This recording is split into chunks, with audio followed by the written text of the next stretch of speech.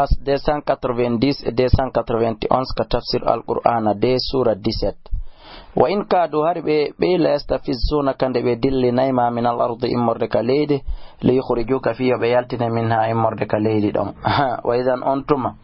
la yalbathuna ɓe ñiɓatano kamɓe kadi khilafa ka ɓawa ma ɗon illa qalilan sona gongel ni ara ɓe halkama sunnata ɗum ko lawol ma qad arsalna ɓen ɓe tata gomɗi min nilino qablaka ko additima min rusulina immorde ni laaɓe amen ɓen wala tajidu heɓantake li sunnatina lawol amen ngol tahwilan wattitowo aqimi solata ñiiɓe julde ma nden li duluki shamsi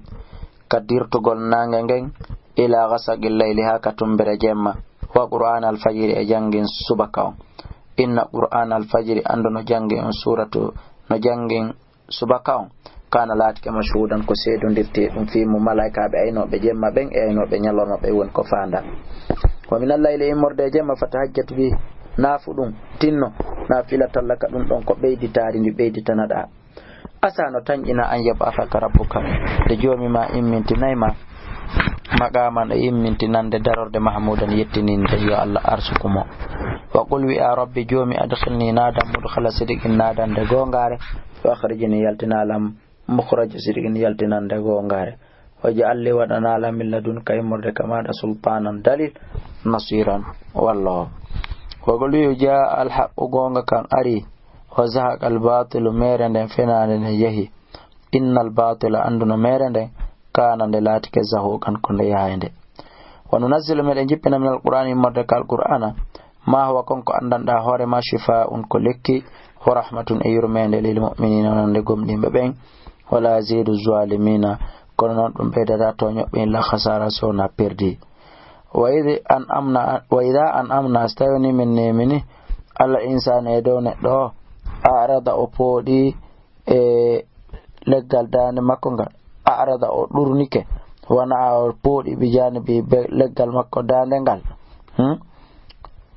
wa ida an amna so min nemini alal insani e dow neɗɗo on arada o ɗurno wona o pooɗa bijanibi leggal dande makko ngal o bunga wa ida masaw simimima sharru bone on kana o laato yawusan taƴƴiɗo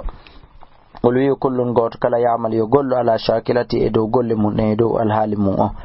fa rabbukum ko jommo alama ɓuri ande biman huwa ahada kombo e ɓuri fewude sabilan e lawol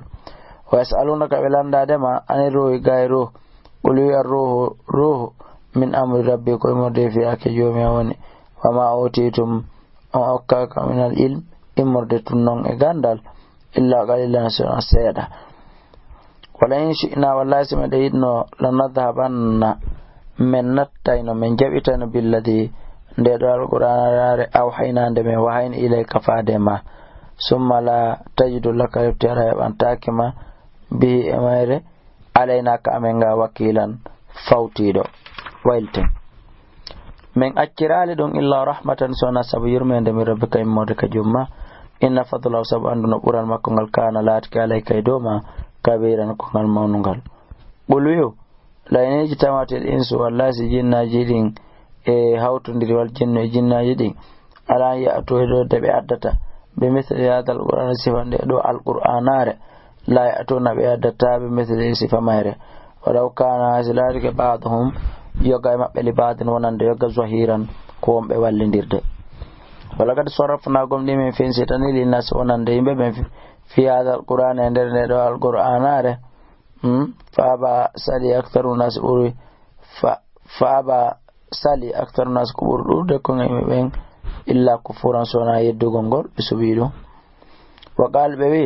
la nu'mina laka minen min hoɗotakoma hatta tafjura lana ha pullitana men min al ardi immorde ka leydi yambo a canɗi leyɗi pullitotoɗi aw takuna laka maratanoma jannatun jardin min nakhilin immorde tamaro wa inabin e inabu fatufajjira al anhara se kay kadi canɗi khilala hakkunde jardin jiɗin tafjiran hattirde sekugol aw tusqita samaa ma liba asama on e hoore amen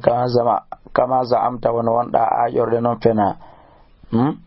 e kisafan huntere awta ti an malaika to ma malaika ɓen ara aw ta'tiya billah ma Allah subhanahu wa ta'ala on ara wal malaikata malaika ben qabilan har ko be fetondir be macca ke ngongure den won podude aw yakuna laka ma la tanama baytun sudu min zukhurfin morde cudari fi samai kasama wala nu'mina dun kade wala nu'mina men gomdinta men holotako li ruqi ka jawgol mangol hatta tunazzila jibin alaina edo amen kitaban deftere naqra'uhu men jangande kul subhana rabbi la barodani jomi hal kuntu tasmila ila bashir illa basharan sunakum ne rasulan la wa ma annas hadali yimbe be yu'minun de gomninta idh ja'ahum tundarno bero dape wangal illa an qalu sona be wi abatha Allah poro e Allah ne lay basharan neddo rasulan ne laado ko dum be wiata uliyata be law kana silati no fil adini no kaliti ga malaikatu malaikabe ismuna be no seppa jinda mutma'innin ara ko be dejube lanazzalna ara men jippina ino alay me do min sama me takasama malakal malaikabe rasulan ne laado bay ko malaika woni ton bulu kafa billahi min non Allah gayni bayni wa bayn shahidan sede bayni wa baynakum kunna ibem bulu kafa billahi Allah yoni shahidan sede bayni wa baynakum haqqun an e modon innahu no kan